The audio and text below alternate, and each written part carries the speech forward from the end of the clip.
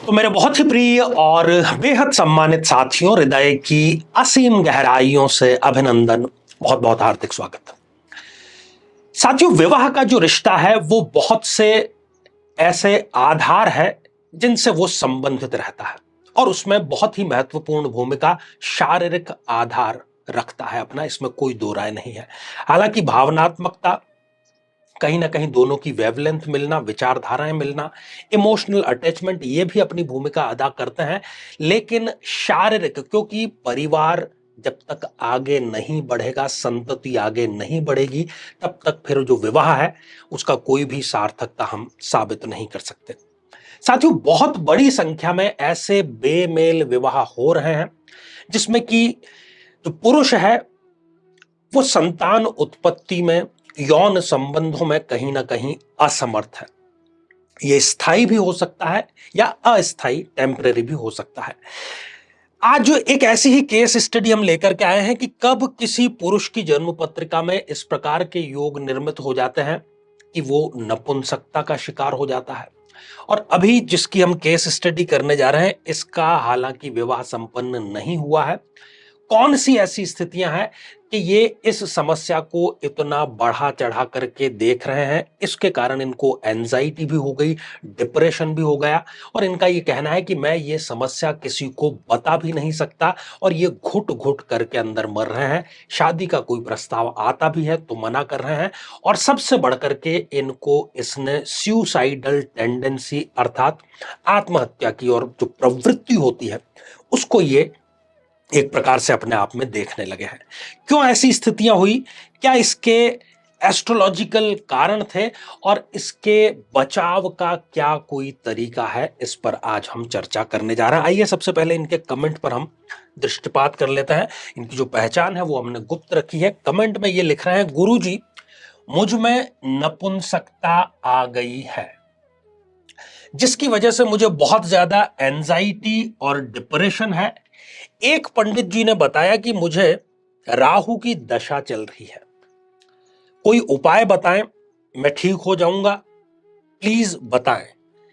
मैं इसके बारे में घर पे भी नहीं बता सकता, सुसाइडल थॉट्स आ रहे हैं, प्लीज हेल्प। साथियों, आप स्वयं इनकी समस्या का अंदाजा लगा सकते हैं, और ये बहुत से लोगों की समस्या है। जब इनकी कुंडली का हमने विश्लेषण किया तो उसमें दो ग्रहों की स्थितियां इनकी इन सभी समस्याओं के लिए जो उत्तरदायी है वो मानी जा सकती है। साथियों, इनकी जन्म पत्रिका में जो ये अष्टम भाव है, अष्टम भाव से कई बार हम हमारे जो यौन अंग हैं, जो गुप्त अंग हैं, उसके बारे में भी चर्चा करते हैं। इनकी जन्म पत्रिका में इस अष्टम भाव में शुक्र देव, जो कि शारीरिक सुख के कारक हैं, वो, और साथ ही शनि देव, इन दोनों की यहां पर युति है। दोनों हालांकि मित्र हैं, लेकिन ये अष्टम भाव एक उत्तरिक भाव है, एक अच्छा भाव नहीं है, मृत्यु तुल्य कष्ट देने का ये भाव है। शुक्र और शनि की युति यदि किसी भी पुरुष के अष्टम भाव में होगी तो उसमें यह समस्या आएगी ही आएगी, इसमें कोई दो राय नहीं है। साथियों, जब इस प्रकार की कोई समस्या है तो एंजाइटी और डिप्रेशन इनको इसलिए है क्योंकि इनको अभी अंतरदशा चल रही है चंद्रमा की, और चंद्रमा भी इनकी कुंडली में डैमेज है, वो छठे भाव में विराजमान है।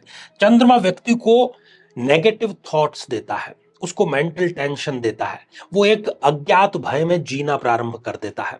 ये स्थिति नियमित रूप से इनको मिलती रहती है।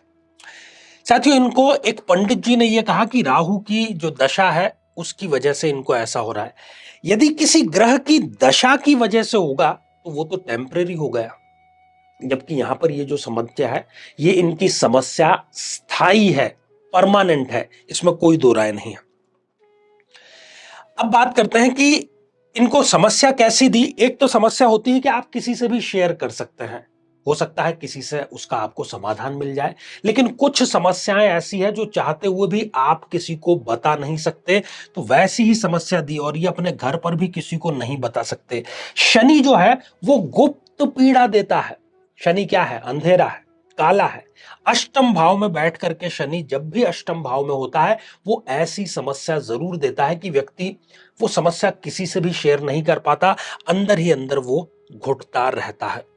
और इसी प्रकार से शनि और शुक्र की ये जो युति है, ये व्यक्ति को सुसाइडल थॉट्स भी दे रही है। हालांकि इनको जो चंद्रमा की अंतर्दशा चल रही है, वो जैसे ही अंतर्दशा समाप्त हो जाएगी, ये सुसाइडल जो टेंडेंसी है इनकी, ये दूर जरूर हो जाएगी। तो ये तो हमने देखा कि शुक्र जो कि वीर्य का कारक है, पुरुष के लिए वो और स्त्री के लिए, दोनों के लिए ही शारीरिक संबंधों का कारक है। यहां पर इस युति के कारण इस व्यक्ति विशेष को हमने ये जो एनालिसिस किया उसमें ये पाया। हालांकि अलग अलग कुंडली में अलग अलग व्यक्तियों में इसके कारण अलग अलग हो सकते हैं, लेकिन कारण कोई भी हो, यदि ये समस्या जिस किसी के भी साथ में है, वो स्वयं ही इसकी जो पीड़ा है वो समझ सकता है। तो ऐसे सभी व्यक्तियों के लिए एक साधना है, और ये जो साधना, ये जो उपाय है, ये यदि आप करते हैं तो केवल 21 दिनों में आप देखेंगे कि समस्या चाहे किसी भी ग्रह की क्यों ना हो, वो मूल रूप से समाप्त हो जाएगी और आप विवाह योग्य भी बनेंगे, संतान उत्पत्ति के भी योग्य बनेंगे, और हर प्रकार से आप जो दाम्पत्य जीवन का रस है उसका उपभोग जरूर करेंगे।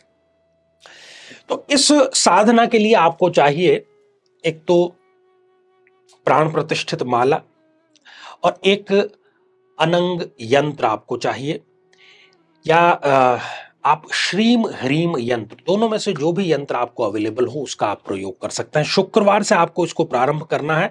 श्वेत वस्त्र अर्थात सफेद वस्त्र आपको स्वयं धारण करना है। थोड़े से यदि वो उसमें सुनहरा हो तो और भी बेहतर है, क्योंकि वो शुक्र का रंग हो जाएगा। प्रातः काल या फिर सायंकाल आप इस साधना को कर सकते हैं। उत्तरमुखी हो करके, उत्तरमुखी बैठ करके आपको करना है, और पूर्ण श्रद्धा, पूर्ण विश्वास और पूर्ण समर्पण के साथ में। और मैं प्रत्येक साधना में ये बतलाता हूं कि सर्वाधिक जो महत्वपूर्ण है वो प्राण प्रतिष्ठित, अभिमंत्रित और मंत्र चैतन्य युक्त यंत्र और माला, क्योंकि शक्ति उसी में समाई है। माला जब आपके हाथ में होगी और आप एक एक करके मंत्र जाप कर रहे होंगे, तो उसी प्रकार की ऊर्जा आपका शरीर, आपका मन, आपकी आत्मा ग्रहण करती है। इसमें जो अभिमंत्रित मंत्र है, उस मंत्र का उच्चारण कुछ इस प्रकार है: ओम श्रीम अनंगाय ह्रीम नमः। देखने में ये छोटा सा लेकिन प्रभाव में बहुत गहरा मंत्र है। किसी भी प्रकार की शारीरिक अक्षमता, किसी भी प्रकार के नपुंसकता योग के लिए ये एक राम बाण साधना है, और हजारों लोगों ने इसका फायदा उठाया है। आप भी जरूर इसका फायदा उठाएं। तो साथियों, आज के लिए केवल इतना ही, और इसी मंगल कामना के साथ में कि आप सभी स्वस्थ, समृद्ध और शांतिपूर्वक जीवन व्यतीत करें। नमस्कार।